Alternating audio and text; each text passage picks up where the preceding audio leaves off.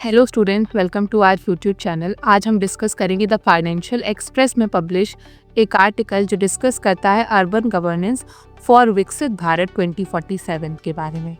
यहाँ हम देखेंगे कि कैसे हमारे अर्बन सेंटर्स जो कि कॉलोनियल हैंगओवर्स हुआ करते थे वो अब रेजिलिएंट इंजन्स ऑफ ग्रोथ की तरफ मूव कर रहे हैं।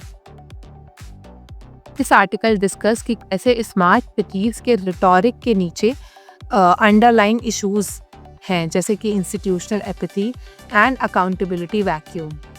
सो द प्रॉब्लम इज़ कि जो ब्यूरोक्रेट्स हैं वो अभी भी लार्ज प्रोपोर्शन ऑफ बजट को कंट्रोल कर रहे हैं, जिसकी वजह से अकाउंटेबिलिटी इशू क्रिएट हो रहा है। और कुछ अवॉइडेबल ट्रेजेडीज़ हैं जिनको हम अवॉइड कर सकते हैं लेकिन वो फिर भी हो रही हैं, जैसे कि जनवरी 2026 में नोएडा का इंसिडेंट, जहाँ पे एक कार अनबैरिकेटेड पिट में फॉल कर जाती है। सो हियर वी सी कि कैसे हम स्मार्ट टेक्नोलॉजी को ओवरले करना चाह रहे हैं एक ब्रोकन एडमिनिस्ट्रेटिव स्केलेटन के ऊपर। अगर हम कॉन्स्टिट्यूशनल मैंडेट की बात करें, 74th amendment of 1992 talks about the 12th schedule, जैसे कि urban planning, water supply, land use, ये सब हमें हमारी अर्बन लोकल बॉडीज़ को दिए गए हैं। सो इसका प्रॉमिस है एक 3 टियर स्ट्रक्चर को क्रिएट करना।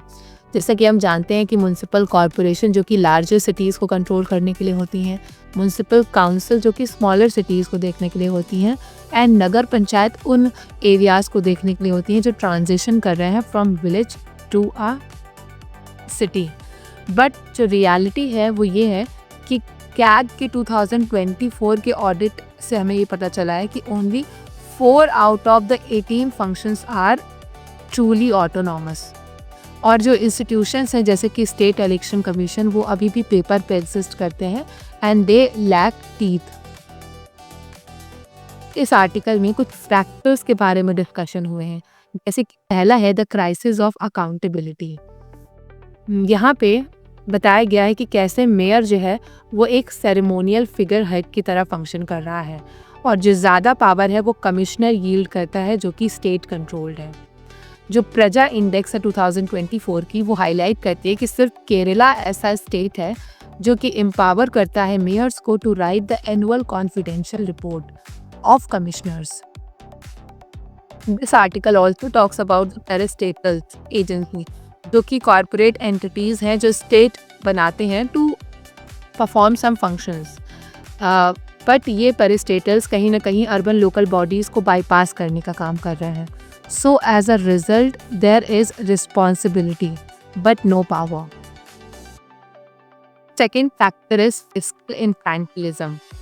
यहाँ पे ये बताया गया कि कैसे अभी भी अर्बन लोकल बॉडीज़ को सेंटर एंड स्टेट पर काफ़ी ज़्यादा रिलाई करना पड़ता है for their revenue.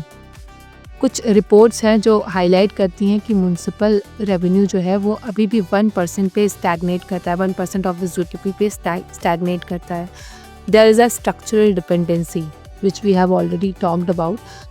Cities have to beg for their operational cost. So as a consequence there is no long term infrastructural investment. Third factor is there are 9 cities and capacity vacuum.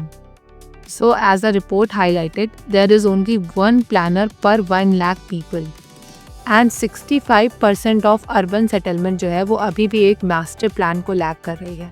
अगर हम ULBs यानी कि urban local bodies में vacancy की बात करें तो पटना जैसे शहर में 89% पोस्ट अभी भी वेकेंट है, वाइल कोलकाता, गुरुग्राम, इन सब जगह पे more than 40% of the post are vacant.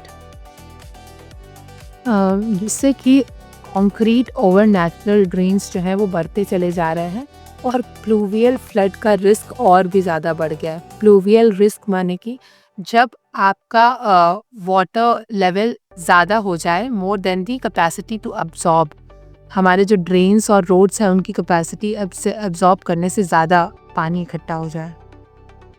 Now will see some fixes for the problem. First one is restoring the political accountability. So हमें जो मेयर हैं उन्हें वापस से जो है सिस्टम में लाना पड़ेगा, which is called mayor in council, और म्यूनसिपल ब्यूरोक्रेसी जो है उसे और भी स्ट्रॉन्ग बनाना पड़ेगा। So mayor in council talks about कि मेयर को from a ceremonial figure head हमें एक अकाउंटेबल CEO की तरह प्रेजेंट करना पड़ेगा।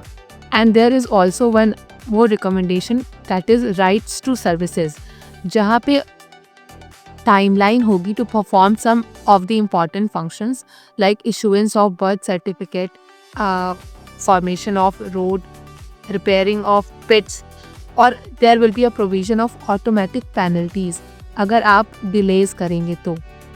Second puts is the financial and democratic autonomy, जो हमें अपनी अर्बन लोकल बॉडीज़ को देनी पड़ेगी through the ways like public infrastructure, जो है हम वहाँ पे वैल्यू कैप्चर फाइनेंसिंग VCF का यूज़ कर सकते हैं, विच स्टेट्स की जो इंफ्रास्ट्रक्चर है वो खुद ही अपने आप को फंड करेंगे। एंड हम बेटरमेंट लेवीज भी इशू कर सकते हैं। What are they? जब भी कोई इंफ्रास्ट्रक्चर का डेवलपमेंट होता है तो आसपास के एरियाज़ में भी कुछ अर्नड प्रॉफिट है जो कि बनता है।